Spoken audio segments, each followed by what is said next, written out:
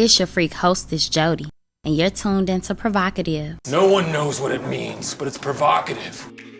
I will marry a nigga off some dick because everything else we can work on. And I have sporadic periods of excessive masturbation. I really like how that just sounded. If I fuck you once and it's good, I'm gonna keep fucking you. Cause I didn't start sucking dick until college. Blew in that man's butthole. That shit is wicked. The day that this is dropping, it is National Orgasm Day. And I want to, obviously, actually, this whole episode is going to be about orgasms. I'm not even going to sit here and act like it's going to be about anything other than because it's important. Orgasms are important. While they're not the end-all, be-all, of course, sometimes the overall experience, even if absent an orgasm, is still very enticing, very exciting, very worth your while. But we cannot ignore the orgasm gap. We cannot ignore the fact that 80% of women do not have an orgasm from penetration alone. That means that penetration is not as important to an orgasm as most would like you to think. And so I want to focus on just the female pleasure for this moment. We'll get into some male pleasure, of course, like they're just happy to be there. But I definitely want to focus in on how we can kind of close that orgasm gap, because I think it's very important to close that orgasm gap because it is directly correlated to the pleasure gap as well. Women do not enjoy sex as much as men. There are some women that enjoy sex very much, very, very much. But a lot of women don't enjoy sex. And Jody, what the fuck would make you say something like that? Anyone who treats sex like a chore, sexual acts like a chore, is something to be worthy of, punishment or reward. If you use your pussy for a punishment reward system, you can't possibly enjoy it. You can't possibly enjoy it. You are objectifying it in a way that just reiterates the fact that women shouldn't enjoy sex. And a lot of that could be from years and years and years of conditioning, right? We're not going to sit here and act like women that squirted during the Salem witch trials were not burnt at the stake because they were called witches, or the fact that women who enjoyed sex was literally in the book of mental illness up until the 1900s. So we're not going to ignore those historic facts. We're not going to ignore the fact that female sexuality has been such a puzzle for so long that even when we are discovering more about it, it's still going to take a lot of work for all women to actually find pleasure in sex in a way that is not rooted in guilt and shame, right? So today's going to be an interesting episode. And that's what we're going with it today. But before I get more into like orgasms and all that, I have a HOEfession today. A listener wrote in for this one, and it's a bit lengthy. I didn't read it. Only read like the first 2 paragraphs, but I'm scrolling. It's a lengthy one. So let's get right into it. And that's how they started. So, getting right to it. My ex-girlfriend got me into my first MMF at age 19 after a lot of MFF experiences with her friends and sorors. So, let's kind of like quick refresher course on the type of threesomes. There are 4 different types of threesomes. More often than not, we talk about the MFM as a train, or we talk about the FMF as the poster child golden version of a threesome, which is 2 women with the man at the center of the threesome and the one getting all of the pleasure, right? The letter in the middle represents the person that is the kind of the center of it, right? Like literally the center of it. When it comes to a MFM, however, the 2 letters on the outside of it do not actually have to interact. But when we get into MMFs and MFFs, the person in the middle does interact, going both ways, right? So we don't often talk about those other two. We talk about the first two. One is being a train and one is being a real threesome. But there are 4 different types, and we learned that in the Afraid of the Gay episode, right? We learned that in that episode. So a MMF threesome typically takes place when someone is bisexual. Same with a MFF, all right? Now, going back to the story. To date, actually, I'm just going to reread that. All right, my ex-girlfriend got me into my first MMF at age 19 after a lot of MFF experiences with her friends and sorors. To date, I don't think I've met anyone quite like her. Still very good friends. The groundwork for that initial MMF was laid at a holiday party at one of her friends' parents' house during the holidays. We always had these crazy sexual dares with each other. That night, a guy walked in and her reaction was, "Damn," with a smile on her face. I looked at her and said, "Oh, so you gonna just drool over another man right in front of me?" Her reply was a laugh and stated, "Baby, you fuck most of my girls. In fact, we pull women together and brother is fine as fuck. And yes, I'd get like that." I smiled at her and said, "Okay, I'll go let him know you want to hook up." She looked at me and said, "Don't play." Well, I fucked around and found out. I walked up to him and told him the tall woman with braids and the super short black dress wants to get with you. He was surprised and said, "Quit playing." Damn near what she said. I said, "She's a good friend. I can introduce you guys." We walked over and I introduced him. She looked at him and said, "What did he tell you?" Dude responded, "He said that you wanted to meet me." Her reply was, she smiled and said, "No, I said I wanted you." Then grabbed him by the hand and looked at me and said, "Come on." I'm here for the boldness of it. I don't know if I have that kind of courage in my body, but I'm here for it. And they young.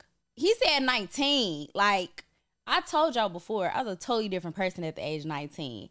I was still, fighting myself. Like, no, I don't want to be a hoe. Like, I was still very much good girl. And you couldn't even call me Jody back then. Like, even though Jody was still my nickname back then, like, no, you was damn near calling me by that was when I was JoJo. I was JoJo back then. Like, no, just, you come over, kick it, we smoke our weed. I'm a good girl, not gonna have sex with you. Like, I was still her. Oh, so I'm here for the kind of, the boldness, the kind of like she knows what the fuck she want. I'm not mad at it, not hating at all. So we went upstairs in her friend's home and found a bedroom. Parents were not in town. And it wasn't the primary suite. She sat on the bed, winked at me, and told him she didn't know him, so her friend was there in case he got out of hand. So she kind of like, damn, it sounds like they tricking this man. It sounds like y'all tricking this young man. Because for her to sit down and say like, "Oh, she told you," so the girl told the new guy. She was already messing around with the guy who wrote this HOEfession. So the girl told the new guy that she was like, "Oh yeah, I want him. Let's call him Ben." Okay, let's call the guy that walked in. His name is Ben. And then let's call the guy that she was there with, her friend, that clearly, he said that this was his ex-girlfriend. So they was in a relationship. Let's call the guy that she's in a relationship with, Derek. And then the girl, her name is Tasha. Okay, so Tasha and Derek are at a party together. Tasha sees Ben walk in. She's like, "Damn, Ben fine as fuck." Sends Derek over there to talk to Ben. Now, even though Tasha didn't directly send Derek to talk to Ben, she very much like, "Look, I want him." And Derek went to go get Ben. Okay, cool.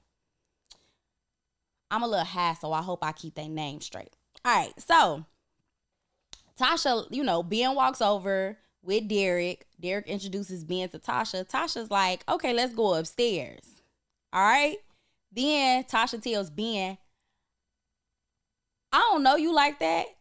So Derek is here in case you start wilding. That's insane. This is a little bit role play like, but it's like Ben didn't consent to this. Ben didn't consent to this. Tasha and Derek is role playing because she kind of like wink, wink, like don't say nothing type shit. So that's kind of wild. Okay, cool. So, then, okay. I done lost my damn place. Okay, cool. So, winked at me and told him she didn't know him, so her friend was there in case he got out of hand. At this point, I'm thinking, wait, is she going to fuck this dude? She unzipped his pants, licked the tip of his dick, and blew a kiss at me before she started sucking his dick.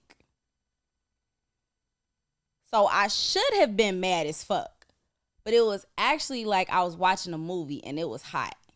She abruptly stopped sucking him, leaned back, grabbed her purse, tore open a condom, looked at him, and asked if he wanted to fuck.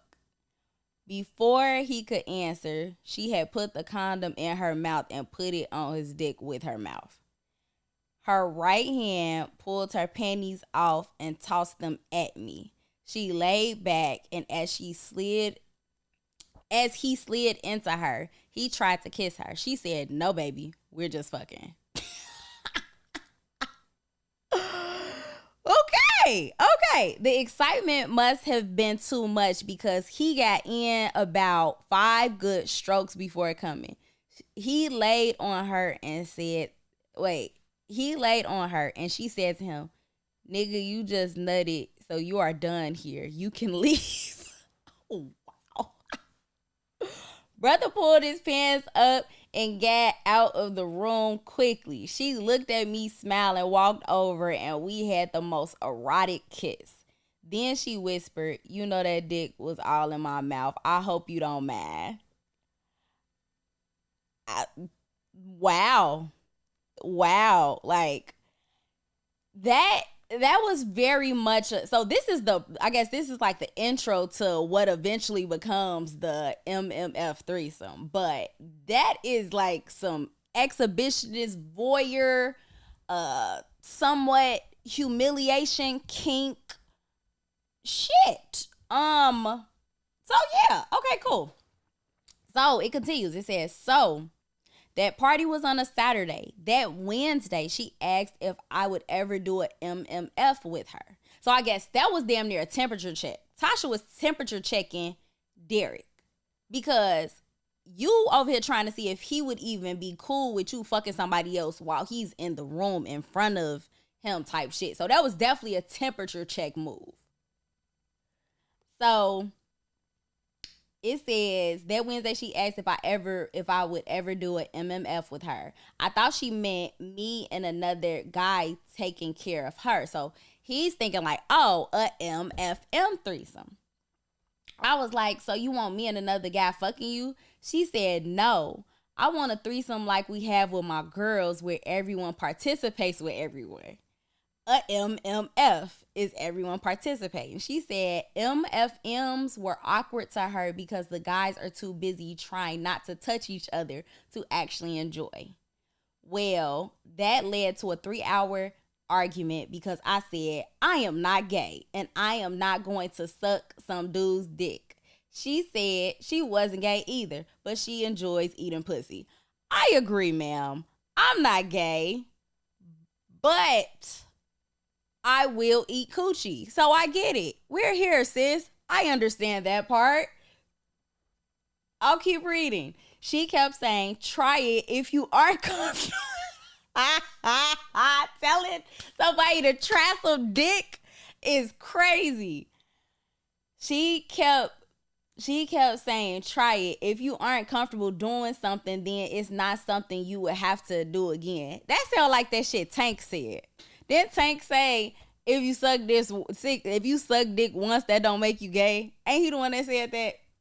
So she says, she said, try it if you don't have to do shit you ain't comfortable with. You never know until you try. I'm not mad at you saying you never know until you try. But you can't use that sentence with every damn thing. Like, I don't need a motherfucker to stick a fist up my ass for me to know that I don't want to try that. Like, I think I know. Like, I know. I don't want to try that. Like, I'm good on that. So, well, after hours of back and forth, my dumb 19-year-old ass was like, where the fuck is she going to find someone to participate? So I told her, okay, I will try it if you find someone. Damn it, I fucked around and found out again. Fast forward to Saturday morning, she calls my apartment and says, why don't you come by early today around 1 p.m.? I get to her apartment about 12:45 and she answers the door in a thong and one of her cut off bottom boobs showing t-shirts and tongues me down at the door. She says, good, you're early. I am thinking that one of her girlfriends was there, but surprise, a half-naked brother I've never seen is sitting on her couch. I'm like, oh shit, it's time to go. She introduces us and tells me I am overdressed, gets on her knees and takes my jeans and underwear off and starts playing with my dick. Then reaches for his dick and alternates little mini sucks between the both of us. It was admittedly hot. And she led us by our dicks to her bedroom. She pushed me onto the bed and began to ride my dick for a second, then came up and rolled my face. The guy got in between the headboard and my head, and she sucked his dick while riding my face. I felt the bed shift and a mouth on my dick. He was sucking me off. She was moaning and kept repeating how sexy it was. I'm thinking, okay, this isn't so bad. A mouth is a mouth. That was the first time. I said that the first time I got my pussy ate by a girl. I was like, you know what? A mouth is a mouth. But I will say, I actually prefer getting my pussy ate by men. I don't prefer it from a woman. I have not I've gotten my pussy ate by a couple women at this point, like 4 or 5-ish. And not one of them made me think like, you know what? Niggas out here with competition. And maybe it's because I've run into some eaters. Like, I will never sit here and take away from other women's experience when it comes to receiving head from men and women, because I've heard a lot of women say women do it better. In my experience, I've run into some coochie cookie monsters. Like, these motherfuckers be eating coochie and ass. They eat it all. Like, these motherfuckers be hungry. I've run into some real hungry niggas. So, I cannot relate on the women do it better thing. But, again, like, I'm not going to stop a woman from eating my coochie. Go ahead. Stay down there a while. That's fine with me. So, all right. He says, so this is, what I say his name? Derek. This is Derek. He said, okay, a mouth is a mouth. This lasted for a while as she came a few times. Then the bed shifted again and there was a dick in her pussy and balls on my chin. Huh? I'm trying to visualize this. Wait,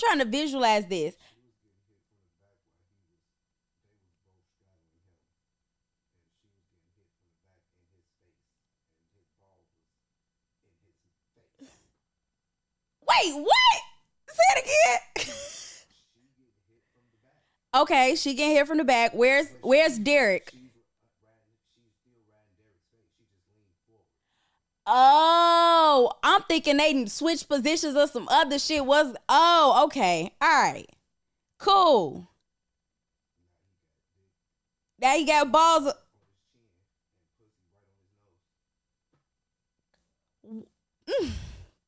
Okay. All right. So, okay. There was a dick in her pussy and balls on my chin. I was like, oh shit. I ain't.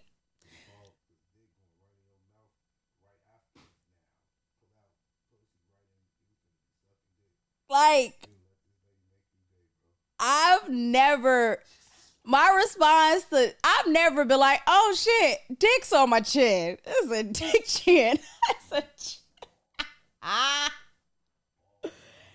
That is insane. That is insane.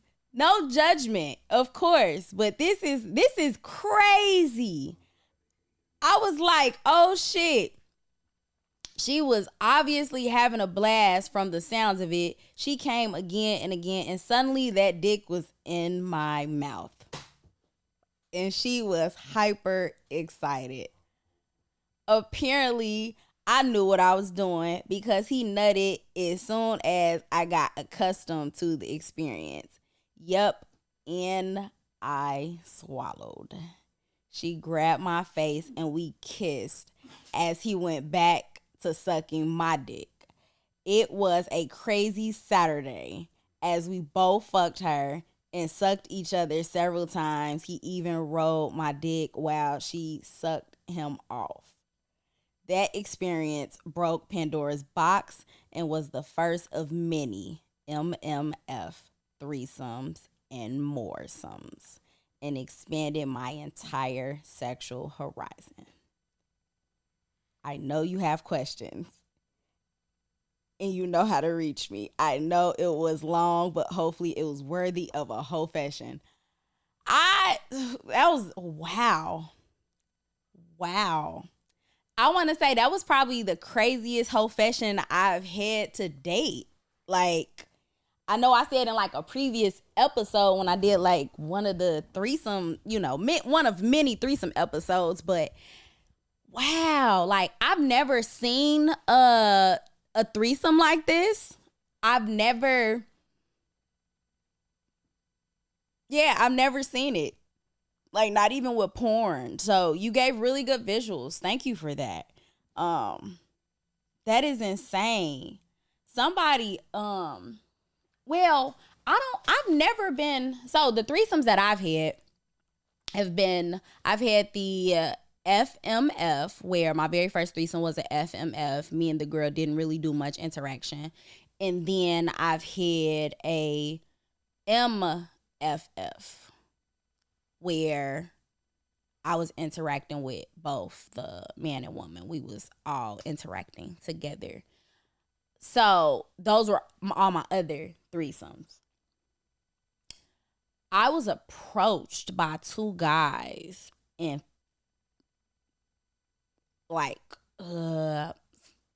in my past. I was approached by two guys and they was like, yeah, have you ever been asked to, like, it was something along the lines of, have you ever been asked to participate in a MFM, or would you, like, they approached me together. And I'm over here like, whoa, I know I be talking that freaky shit, but what kind of girl do you take me for? Like, I feel like I be shocked when people be like, but it's you, Jody. Like, ain't you down for whatever? And I be like, it's just crazy that you think, like, I said that out of my mouth and you like, oh, I'm gonna like shoot and see what the fuck happens. Cause it kind of threw me all the way off. Like, I ran to, my guy friend that I was in the club with, and I was like, oh my fucking God. Like, I wasn't prepared for this. Like, this was not on my fucking bingo card this week. Like, I'm not like, I'm finna just stay my ass over here with you guys. So, I say that to say I don't know what the future holds, but I don't think I'm prepared for that shit right where I am now. Like, I don't like this never say never type shit, but that's like, I don't know if I'm prepared for any other type of threesome besides the MFF threesome. I kind of like it. I like dominating women. So, yeah. And I don't think I'm gay. So, yeah, that's that. Good HOEfession. Thank you for that. So back to the topic, National Orgasm Day. So again, going back to that stat of 80% of women not having an orgasm from penetration alone. Clearly, Shorty in the fucking HOEfession was having multiple orgasms, getting fucked by two guys, watching them suck each other off. Like, that was turning her the fuck on. She was a kinky little motherfucker. Because they talking about they were 19. That's some kinky shit. That is some kinky shit. I wasn't nowhere near. I just got kinky like 2 years ago. Like, I nowhere. Yep. I wonder how long she's been that kinky. She was kinky at 19. I don't know how old she is now, but she got some. She's a kinky motherfucker. Cause from the exhibitionist, voyeuristic, prelude shit of like her being in front of the guy that she's with. And then being like, oh, come over, whatever, and just going after what she want. Like, yeah. She was having orgasms though. He's like, oh, she coming, now she got dick, she ratting, like, there's some shit going on. And I could see her. I feel like she has like some dominance to her, like just in terms of like wanting to see the things that she was seeing. Yeah. Shout out to you, kinky motherfuckers. Y'all kinky. Yeah. I feel like in honor of National Orgasm Day, like doing the things that give you an orgasm. I think that's how we celebrate today, right? Because again, there is a huge orgasm gap. Most men have orgasms. That's not to say that men don't fake orgasms. Because some men do fake orgasms the same way women fake orgasms. I want us to normalize not faking that shit, though. Like, if you're not having an orgasm, tell the person. Because when you fake an orgasm, you are basically teaching them that what they're doing is okay. You're teaching your partner that the way in which they are performing sexually is going to make you have an orgasm. And it does not. It does not. So you're better off telling the truth so that you guys can then problem solve and figure out what is actually going to make you have an orgasm. Okay? So let's try to close that orgasm gap by not faking an orgasm to begin with, because a lot of men don't realize how big that gap is. And even if they knew how big the gap is, a lot of them other motherfuckers don't even give a fuck. Like, there are a lot of men that are like, well, shit, I don't know what to tell you. Like, I'm cool. I came. I don't know about you. Like, there's very much a secondhand nature, a put it on the back burner type vibe when it comes to the female orgasm. And yeah, I don't like that. Let's change it. Let's normalize some other shit, right? So, kind of keeping up with that. Recently, this month, about 2 weeks ago, Dr. Ruth passed away. Now, Dr. Ruth was a very important public figure when it comes to the field of sexology. She was a very famous sex therapist who kind of got very, very popular in her 50s at that, for how she talked about sex, sexual education, sexual health in a very entertaining and provocative way, right? And she was a pioneer. She did kind of drive the conversations of sexual liberation and, again, normalizing calling a vagina, calling a penis, using the word condoms and not using these euphemisms and these other kind of fluffy ass words to describe things for what they are, right? So she was very much like, all right, let's normalize healthy conversations around sex, and that is how we have better sex. She wrote a lot of books, and yeah, I just wanted to acknowledge her as a pioneer within the space. She came obviously before all of the other people that have kind of been making other strides in the sexology field. I personally look up to Dr. Rachel, Jet Set and Jasmine, Tyomi Morgan, a lot of different other sexologists. Of course, Samaya over at Sexual Essentials. But I admire the work that they've been doing before I kind of became a sexologist myself. So I just wanted to acknowledge all of the different people, in addition to those amazing sexologists, Reba over at Sexpert Consultants, my girl Fairy, who is a fellow Sexpert consultant like myself. I just really want to, I got more people. Amy and April over at the Shameless Sex Podcast. Like, if you are a sexologist, if you are a sex worker, if you are a sex educator, I just want us to, let's celebrate ourselves today as well on National Orgasm Day, because due to the education and the work that we're doing, people are out here having better sex lives. Shout out to the sex therapists. Shout out to the certified sexologists, the instructors, all of you guys. We are literally saving people's lives. We're saving people's sex lives. We're making them happier. They're, I want us to really acknowledge the work that we do as professionals. That's it. Back to orgasms. So there are multiple articles out there as well that talk about just the fun facts around orgasms. So people that smoke weed are more likely to have an orgasm. No shocker there. My favorite type of sex is high sex. That shit is fucking amazing. And I could totally understand why you're more likely to have an orgasm if you are high. And it is because everything just feels super sensitive. Like, as soon as I smoke, I am so present with my body. Like, I feel, I don't know, I feel like I feel my body more, if that makes sense. Like, everything just feels hyper sensitive. So it's I said I be high, but also because I'm high, everything is I feel amazing. I just shit. You feel chills. If somebody whisper in your ear, it's ooh shit. If somebody touch you slowly, it's ooh shit.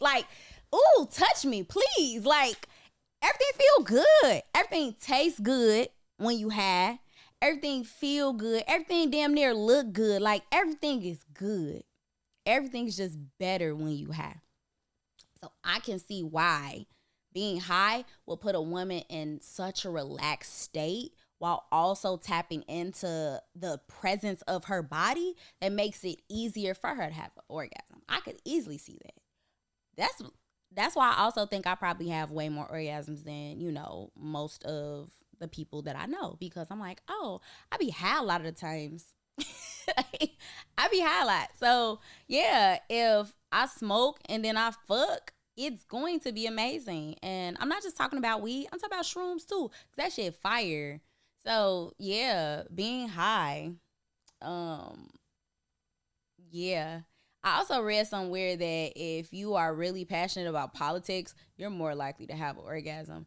I don't know what the correlation is there. Maybe they just really they just be having all this pent up energy. So then when they begin to crack somebody, it's oh, that shit starts to just come out. I don't know. Maybe has something to do with that. I also think it's super important when it comes to the orgasm gap that we talk about foreplay. I don't think foreplay happens enough, and that's why I actually think there's a correlation between the lack of foreplay and the orgasm gap. So I truly believe this, and I'll tell you why I believe this. I believe that if there was an increase in the amount of foreplay minutes, there would be a direct decrease in the orgasm gap, right? Because the orgasm gap is currently at 80%, with 80% of women not having an orgasm due to penetration alone. If we prioritize foreplay, then I believe that 80% would be on the decline, meaning that more women would be having an orgasm due to penetration alone, because all the foreplay stuff got her super aroused and super wet and super warmed up. And you stuck dick in her and she was like, explosion. So that is my theory. Now, why the fuck would I say that? I say that because it takes the clitoris approximately 18 to 40 minutes to be fully engorged and or erect, right? So an engorged clitoris just means that all of her blood rushed to the clitoris the same way when men get hard, they get erect, their blood rushes to their dick, now it's hard. Coochies get hard too. Women, oh my fucking God, I haven't experienced a hard coochie, like a hard, throbbing, erect, engorged clitoris a whole lot of times. But when that shit is thumping, yeah, I feel like that. And it's not even about how I feel. That is the prime time for coochie. Like, that's the prime time to insert dick into some coochie, when that shit is throbbing and she can't take it no more because she has reached the peak of her arousal state. That is where the pussy is the best. And or after she came already. If she came already, then it's super wet and super warm, right? I'm talking like I be sticking dick in coochie. That's hilarious. But this is science. I study this shit, right? So I definitely think that if more people just, again, increased your attention to foreplay, it would be easier to make her orgasm from penetration alone. And you wouldn't have to like, all right, cool, I'm gonna just put a fucking vibrator on your clit and then fuck you at the same time. All women don't like the rose. All women don't like the squirrel. All women don't like the magic wand. Actually, I don't really care too much for the magic wand on me, right? So you really have to figure out what your partner likes and then, do more of what they like to get them in an arousal state before you stick dick in them. And then that would also guarantee that, she is squirting and creaming and all that good shit, right? All the different types of ejaculations. You can expect that if you, again, put more time into foreplay or edging. I'm an edger, so edging me is the way to go. What else? I'm high.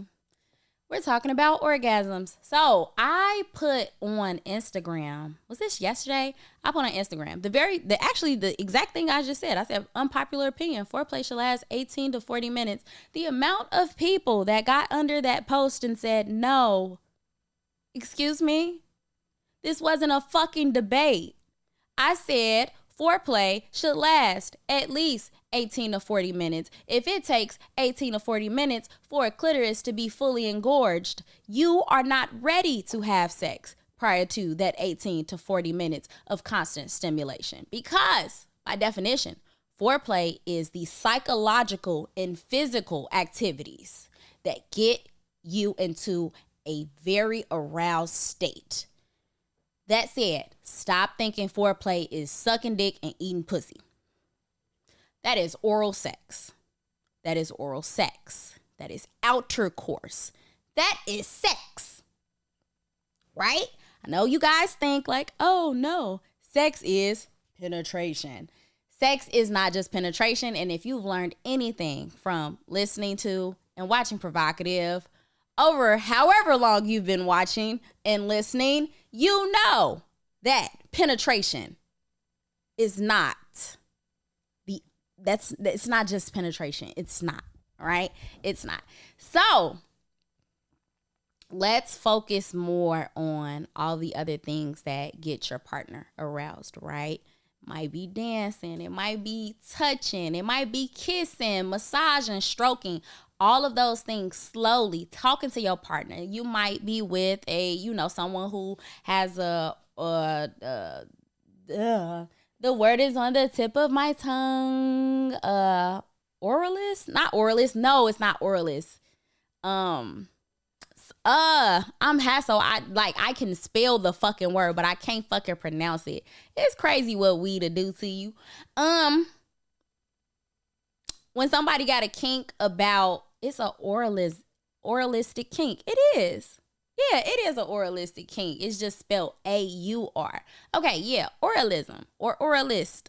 You might run into someone who likes sounds and moans and shit like that. So you doing all that to get them aroused. I really like to be choked. So one time when I was at Exotica, a dom choked me and it made me wet. Shit like that. Like, if you know certain things turn your partner on, like, I like being choked and like choking me and whispering in my ear. Oh my fucking God.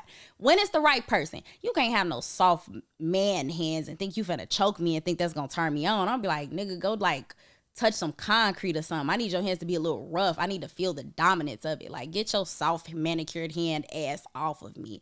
It doesn't do it for me. Might do it for the next motherfucker, but not me. It has to, of course, be under the right circumstances, because that's what kind of makes it, you know, my kink, right? Anybody can't just choke me and I'm gonna be like, oh yeah, I'm turned on. Like, I might punch you, motherfucker. So knowing the things that turn your partner on and doing more of that as part of foreplay, right? There was literally a comment that was like, oh no, I get 7 minutes ahead, you get 7 minutes ahead. That's enough foreplay. And I said, if you think oral sex is foreplay, you a lost cause. You a lost cause. Like, it ain't no. I didn't even mention oral sex as part of my foreplay tips, and it is because oral sex is sex.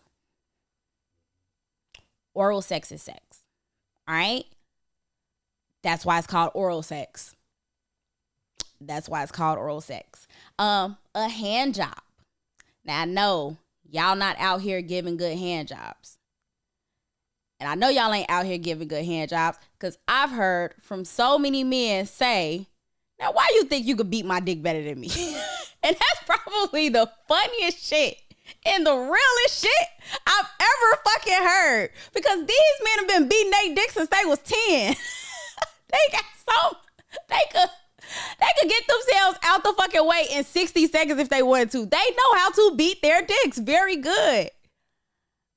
Thinking that you finna beat this man dick better than him, and if you ain't never seen him beat his dick, you wild as hell, because you damn sure don't know what his rhythm is, what he like, whatever. If you ain't never seen this man beat his own dick, it ain't no way in hell you could beat this man dick better than him. You have to be like, okay, I want to watch you beat your dick so I know it feels good. And or you just know a lot about the male anatomy and know where certain shit is and know how to like move your hands accordingly. You might actually be good. And I'm not saying that you gonna beat dick better than him, but you still might be good. I'm talking about a motherfucker like, all right, cool, I'm just finna like rub on your dick and I'm just doing anything. Y'all motherfuckers is bad. Y'all is not giving good handies, okay? Now, also, I don't think y'all giving good hand jobs because I run into too many people that don't own lube. Y'all don't have lube. Like, I mean, y'all might have like some, like, I do not know people that they having sex and then they start like rubbing the guy dick and like they pull out lotion. like, you don't pull out no type of fucking lubricant or anything like that. So you probably dry beating his dick. Like, or even if you not dry beating it, if you used any type of slob, bro, slob is not lubricant. It's not lubricant. It doesn't have the same kind of like effect or feeling as a lubricant. Like, I'm not finna, if you lick your fucking hand, I'm not gonna do that shit because, ew, I've been touching surfaces. But if you was to lick your fucking hand and rub them together versus putting lube in your hand and rubbing it together, one feels good and one does not. Guess which one doesn't? The one with the fucking slob, because it ain't nothing but fucking slob. Like, it's eventually going to dry up. So those are, you know, some of the reasons why I know that women are not out here giving good hand jobs. But it's something that you can easily learn. It is something that you can easily learn. Watch your partner beat they dick. Yeah, Yeah, watch them beat their dick. That's probably like the easiest and most effective way, because different guys have different rhythms and they beat their dicks differently. Everybody don't beat their dick the same. All women don't masturbate the same. So of course all men don't beat their dicks the same. All dicks be, you know, different. They be liking different shit. Like, I have watched, you know, a couple different, you know, like, I like to receive like a masturbation video. So like, I be paying attention. I be rewatching and shit like that. So yeah, if you watch shit like that, then, you know, like I said, you could be good. You could be good. Ask your partner to send you a video of them beating their dick so you can get better at hand jobs and give them foreplay, right? Right? Because it's not just about, you know, and that might turn you on. Like, I don't know, certain shit like that turn me on and make me wet. Like, when I'm pleasuring my partner and however I'm doing it. Like, I could be sucking dick, I be getting a hand job, I could just be talking to him. Like, I like shit like that. Shit like that turns me on. I like the idea of pleasing someone. But, of course, that's because my love language is acts of service. Like, I feel like I'm serving. Like, I'm being of service to you right now. Like, serving up pussy, I'm serving up throat, I'm serving up asshole, I'm serving up hands. Like, I'm just of service. How can I be of service to you? And then when I get that kind of like, good girl, it's like, okay, now it's feeding my praise kink. Like, I love it here. So for National Orgasm Day, I strongly encourage you all to be participating in foreplay more, to do things that you know will bring more orgasms into your life and your partner's life. Because what we know is that all these different happy hormones start to floating around when you have orgasms. You have dopamine and serotonin and oxytocin and, you know, endorphins and all that good shit. Just from making sex in a way that is pleasurable to you, right? So for National Orgasm Day, let's really hone in on that, focus on what is pleasurable, what brings us orgasms. And that's all I got. That is all I got. I feel like it was pretty straightforward. Be on the lookout for some social media posts from me on National Orgasm Day, because I am actually partnering with the OG Boot Camp, which again, there will be more conversations to come, but yeah, the OG Boot Camp is all around the Orgasm Gap, and the trailer launches today. So be on the lookout for that. I'm super excited to be partnering with them. And all things provocative, of course, I post on Instagram. My IG is JODYPRHOE. If you are not subscribed to the YouTube channel, please subscribe to the YouTube channel. Let's get up to 500 subscribers ASAP. We're really close. Also, if you are enjoying the episodes, please do not skip over the ratings and review section. Please leave a rating, leave a review. If you screenshot the rating or review and send it to me, I'm going to send you a gift. All right? So that's a little bit of an incentive to do that, okay? Before you go, I want to remind you to embrace your inner hoe. Thank you for tuning in to Provocative, and don't forget to follow us on all streaming platforms. Happy hoeing. PRHOEVOCATIVE. Spell with the word hoe, because deep down, we all got some hoe in us. And this is your safe space to be unapologetically provocative. Oh, is my growl too masculine? You put the nigga in missionary and in the moment. What the fuck? 'Cause that shit is wild.